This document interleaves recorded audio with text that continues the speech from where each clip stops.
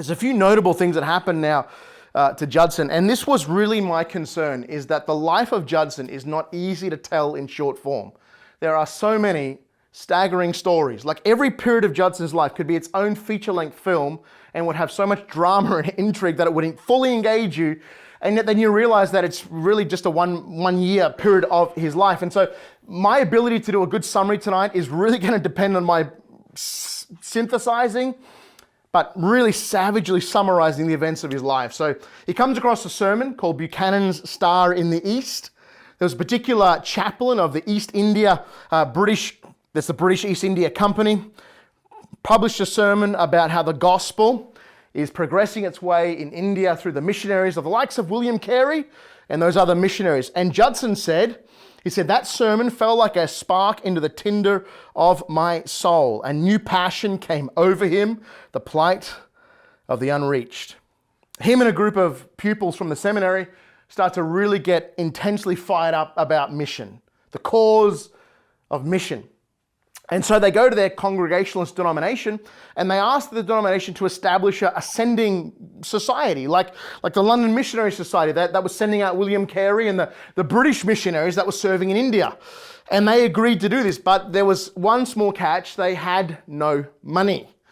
So they said to Judson, this was fairly audacious, they said to Judson, would you be willing to sail to England? We'll establish a society, we'll send you out to the mission field, but could you go to England and speak to the London Missionary Society and get them to give us money? And Judson agreed.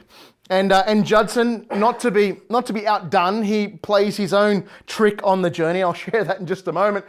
But like I said about Judson's life, nothing is straightforward. Nothing is easy. At that time, England is at war with France. There's a particular general, now emperor, named Napoleon, sweeping across Europe. And this is an English ship sailing, and they're caught by French pirates. Yes, pirates. Like, this is Judson's life. Pirates catch the ship. He's now in prison. He's thrown into a dungeon in France. He can't speak French. He can't communicate to anyone. He can't say, I'm American, not English. No one will believe him. He's now imprisoned for who knows how long. And while he's there, he manages to get released, because as he's paraded through the streets as the bounty of capture, he's crying out in English, someone help me, I'm American, someone help me. And someone did hear him, an American heard him, and while he's down in the dungeon, this weird story that you'll find in every biography, this guy comes in with this massive coat that was 8 times too big, and he comes down and he gives the jailer just a little purse of money, and then he takes a candle and he walks around to every face in the dungeon, and he says, nope, let's say there's 24 people down there. He goes, every person, candle in the face, nope.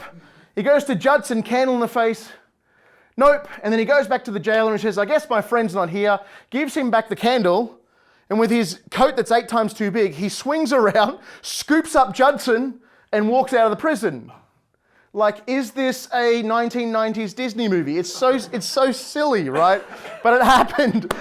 The man took Judson straight to the dock, threw him on an English ship, said, don't look back. This never happened. Don't ever mention my name. And Judson sailed to London. He gets to London. He meets the London Missionary Society and says, we want to set up a missionary society. To do it, we need money. We have no money. Can we have your money? Well, they say no. They're like, why don't you raise your own money? We don't understand why you're asking us for money. And Judson does something that's fairly audacious, and he received a stern rebuke for this. He had been sent by the Board of American Commissioners, that's what they've been called, the Congregationalists, to go to London to acquire money. And when they said no, Judson said, well, will you take us on as your missionaries? We'll just serve under the English. In other words, he was just turning his back on the American society that he had just asked to be started, because he desperately wanted to go. And they said, sure, we'll take you. We'll send you to India. So Judson goes home and tells his brand newly formed board, oh, they weren't going to give us any money, but they are going to take us as their missionaries. And the board is offended at this, of course. Judson receives a rebuke, and in turn, they manage to raise the money. And so Judson is now ready to embark for India. So returns to the United States, appointed a missionary of the American Board of Commissioners for Foreign Mission. They weren't good at names back then. The American Board of Commissioners for Foreign Missions, marriage and ordination. He'd met a young lady named Anne Hasseltine.